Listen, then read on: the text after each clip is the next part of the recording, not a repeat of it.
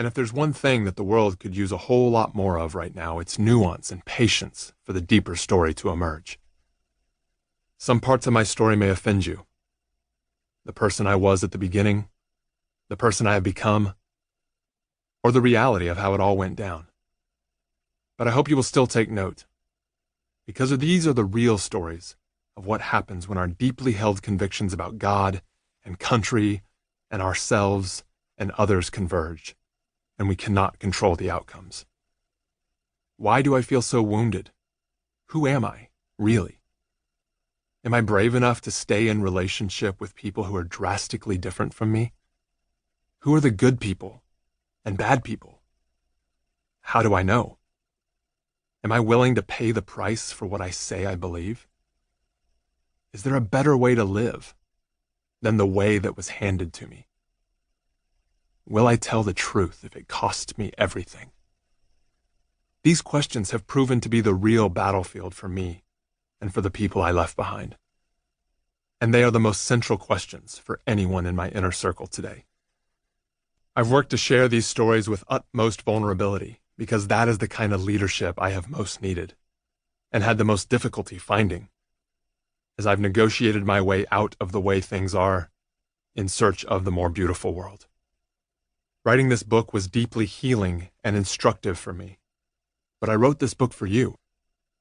I've written every word in the hope that even though the details of your story are different from mine, you will find yourself in these pages and take 1 or 2 steps with me further into the unknown. A more beautiful world is out there, and I think I know the way. Chapter 2. What have you done, Jeremy? It was after midnight when my phone rang. A long, breathy void, echoing with the thunder and lightning outside, was all I could hear on the other end. Hello?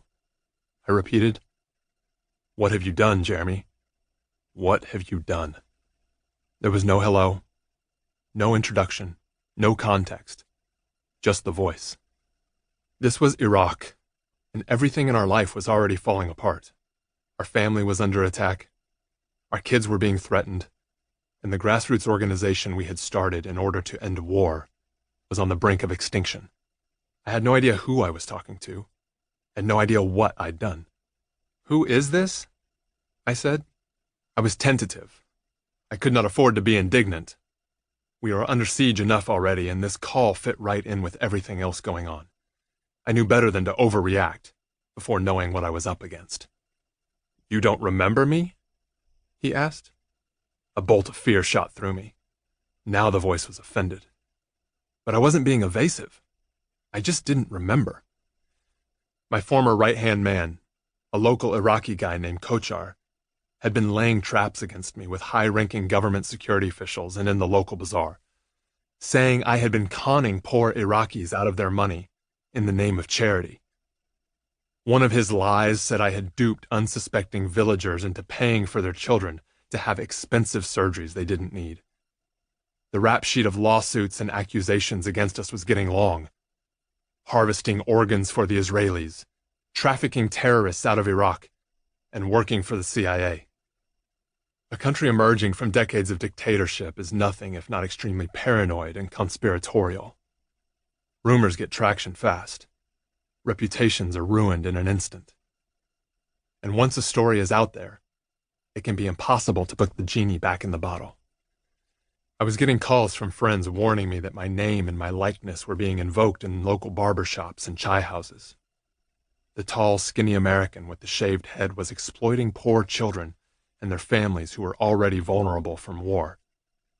Then I got calls like this, warning me to watch my back. I did not remember Ali, the guy on the other end of the menacing midnight call. Or more accurately, I did not remember which Ali. There were many.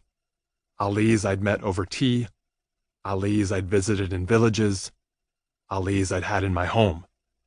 Which Ali was this Ali? Little Muhammad's dad, he said.